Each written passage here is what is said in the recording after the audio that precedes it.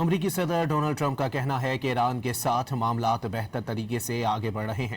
امریکی فوج نے ایران کو عسکری طور پر شکست دی۔ ایران کبھی بھی جوہری ہتھیار حاصل نہیں کر سکے گا۔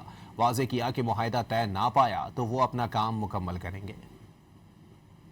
Gotten concessions. Now they have to hold those concessions, but there'll be no nuclear weapon. Iran cannot have a nuclear weapon. I'm not looking for regime change, although this is regime change. The first regime is gone. The second regime is gone. And I think the third regime is more reasonable, but we'll find out. But we've destroyed their, as you know, completely destroyed 150. They had 159 ships. Every single ship is at the bottom of the sea.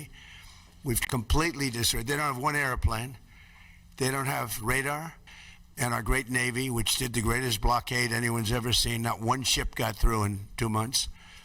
And we then freed up the blockade because we're close to maybe making a deal. I don't know. We'll make either. Look, we're going to win one way or the other. We're either going to make a deal or we're going to finish the job. Okay? And it won't be tough to finish the job.